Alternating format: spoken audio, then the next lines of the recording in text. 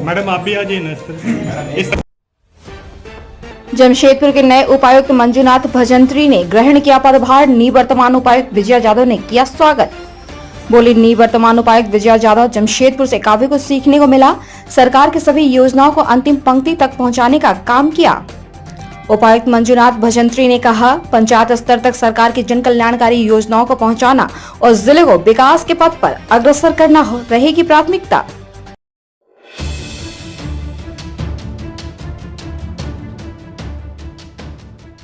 पूर्वी सिंहभूम के उपायुक्त के तौर पर मंजूनाथ भजंत्री ने गुरुवार को पदभार ग्रहण किया। उन्होंने निवर्तमान उपायुक्त विजया जाधव ने पदभार सौंपा। इससे पूर्व उपायुक्त मंजूनाथ भजंत्री एवं निवर्तमान उपायुक्त विजया जाधव का जिला परिषद सदस्यों ने पुष्पगुच्छ देकर स्वागत और विदाई दी। वहीं निवर्तमान उपायुक्त विजया जाधव ने उपायुक्त मंजूनाथ भजंत्री का स्वागत करते हुए अपना पदभार सौंपा। श्रीमती जाधव ने अपने अनुभव साझा करते हुए जमशेदपुर को एक बेहतरीन जिला बताया। उन्होंने बताया कि यहाँ काम करने का अनुभव काफी सराहनीय रहा। शहर वासियों एवं सिविल सोसाइटी के साथ उद्यमियों का भी अच्छा सहयोग मिला। अपने स्तर से सरकार की जन कल्याणकारी योजनाओं को समाज के अंतिम पंक्ति में बैठे लोगों तक पहुंचाने का काम किया। खासकर जनजातीय समुदाय के लिए काम करना अच्छा अनुभव रहा। महिला सुरक्षा, प्राथमिक शिक्षा, सावित्रीबाई फुले किशोरी समृद्धि योजना जैसे योजनाओं पर किए गए काम काफी सराहनीय रहे। पंचायत चुनाव का सफल क्रियान्वयन बड़ी उपलब्धि रही। पर्व त्योहारों में अनुशासन लाने का काम किया गया। शहर के अतिक्रमण को हटाकर सौंदर्यीकरण की दिशा में काम किए गए। 1.5 साल के वक्त में काफी कुछ देखने और सीखने को मिला। वेस्ट वाटर मैनेजमेंट सिस्टम, कचरा ट्रीटमेंट प्लांट को लेकर पहल किया गया। उन्होंने वर्तमान उपायुक्त से अच्छे कार्यों को आगे बढ़ाने की उम्मीद की। वहीं उपायुक्त मंजूनाथ भजंत्री ने केंद्र और राज्य सरकार की जन कल्याणकारी योजनाओं को गांव-गांव, पंचायत स्तर तक पहुंचाने की बात कही। उन्होंने कहा कि पंचायत को सशक्त बनाना उनकी प्राथमिकता रहेगी। इसके अलावा जो भी विकास कार्य अधूरे पड़े हैं उसे पूरा करना उनकी प्राथमिकता रहेगी। Bureau report, India news viral, Bihar Jharkhand.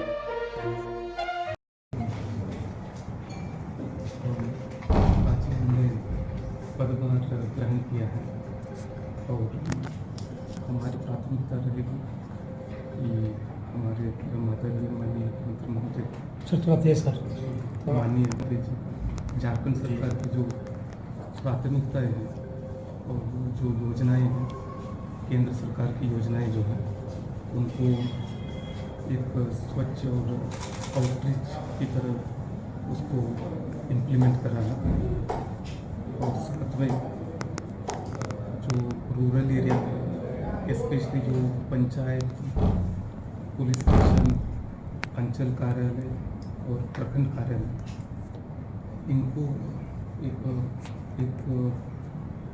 अनुशासित और एक सक्रिय कार्यालय रहे ताकि ग्रामीण क्षेत्र से भी जितने भी लोग हैं उनको आसानी से सरकारी योजनाओं का लाभ मिले, बार बार आने का जरूरत नहीं पड़े। और विशेषकर हम लोग जो माननीय मुख्यमंत्री महोदय जी का जो सोच है कि पंचायत को एक्टिव करना है और उसको केंद्र बिंदु बनाना है, और तो उसके हम लोग काम करेंगे। और अभी यहाँ के भी हम लोग अध्ययन करेंगे अभी तो यहाँ क्या क्या आवश्यकताएँ हैं और क्या वस्तुस्थिति है, और जो हमारे जो निवर्तमान उपायुक्त महोदय जो है उन्होंने जो कार्य किए उसको हम लोग और आगे बढ़ाएं।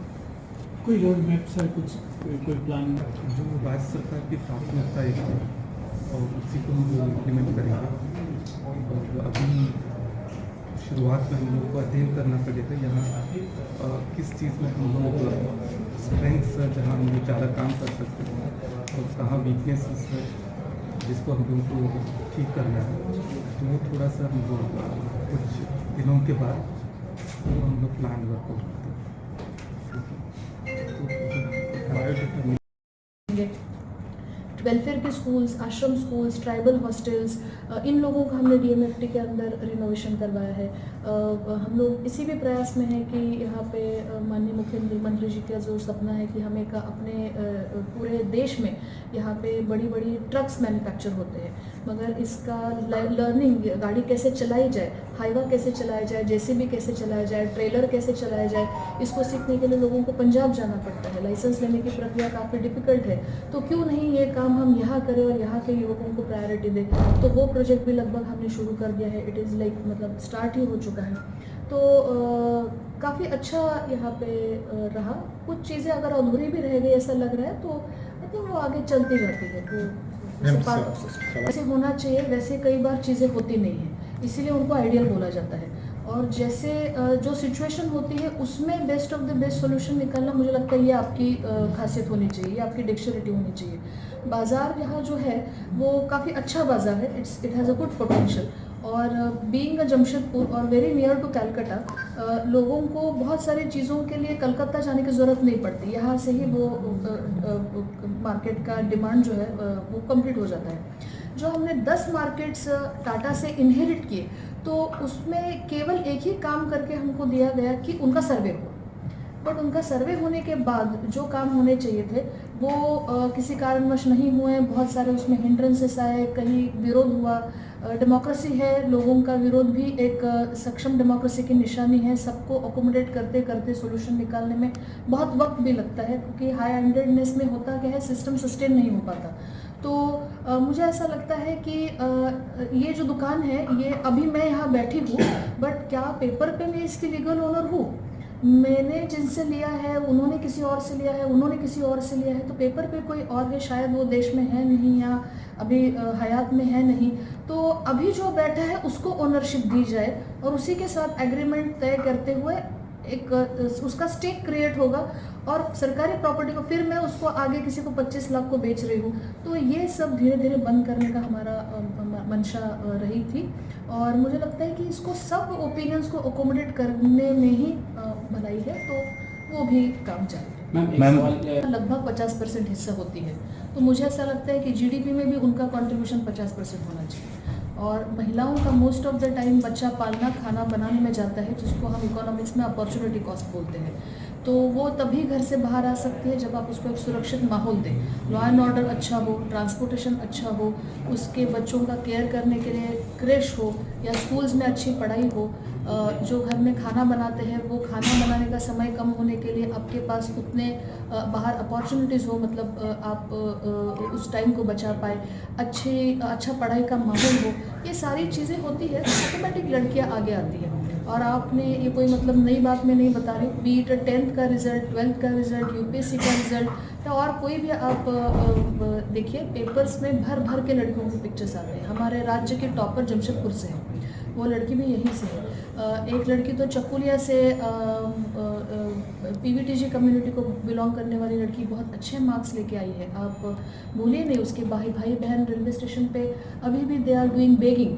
तो ये जो है मतलब सिस्टम को फाड़ के जो ऊपर आने का जो जज्बा है, आई थिंक मुझे लगता है कि हमें उसको हेल्प करना चाहिए। थर्ड जेंडर जो कम्युनिटी है वो कोई अपनी चॉइस से नहीं बने हैं, वो एक जो भी उनकी सिचुएशन रही है, कंपल्शंस रहे हैं, मजबूरी है, तो हमें भी उनको रिकग्निशन देना चाहिए। Because right to life is for everybody, not only for particular class of people. तो मुझे लगता है कि हम वेलफेयर सोसाइटी में रहते हैं, राज्य का एजेंडा वेलफेयर है, डेवलपमेंट ओरिएंटेड है, और हमें उन्हीं चीज़ों को आगे बढ़ाने के लिए यहाँ लाया गया है। शायद हम लोग इसी स्पिरिट के साथ नौकरी ज्वाइन करने का सपना देखते हैं, और ये हमें कभी नहीं भूलना चाहिए कि हम उन्हीं लोगों के लिए काम करें, क्योंकि बाकी जो सशक्त है वो तो ऐसे ही दौड़ के आगे चलेंगे। हमारा पर्पज़ होना चाहिए, जो चल नहीं पा रहा है उसको हम हेल्प करें और सारे लोगों के लिए हम लेवल प्लेइंग फील्ड दें। तो महिलाएं काफ़ी इंस्पायर रही, इट्स अ गुड थिंग। ये मैं कॉम्प्लीमेंट्री तौर पे स्टेटमेंट को लेती हूँ। और ख़ासकर थर्ड जेंडर के बीच में उनको टॉयलेट यूज़ करने के लिए आज भी रिस्ट्रिक्शन है। वो महिलाओं के सेक्शन में जाती है, वहाँ से भगाया जाता है, जेंट्स सेक्शन में जाती है, वहाँ से भगाया जाता है। हैव वी एवर थॉट कि यूरिनेशन की अर्ज होना it's the most natural biological activity, but societal compulsions के कारण उसको जो जो चीज़ों का सामना करना पड़ता है, they are more sexually vulnerable for different kind of attacks and hurts. Education में उनके कुछ इश्यूज़ है, एक्सेप्टेबिलिटी फैक्टर सोसाइटी में आज भी रिस्ट्रिक्टेड है, तो उनके हेल्थ के बहुत सारे इश्यूज़ है। HIV की जांचें हम लोग ओपनली करने के लिए कोई आता नहीं है, उनके बैंक के खातों में हम लोगों को उनके कोई प्रमोटर का नाम लेने के लिए इश्यूज़ है, आधार में उनके कोई बैकग्राउंड में पेपर्स नहीं हैं। इन सारे चीज़ों को देखते हुए हम खासकर यहाँ पे शहर में अच्छा काम हुआ है और मैं खुद चाहूँगी कि आप लोग भी थोड़ा सेंसिटिविटी मेंटेन करके इसको आगे बढ़ाएं।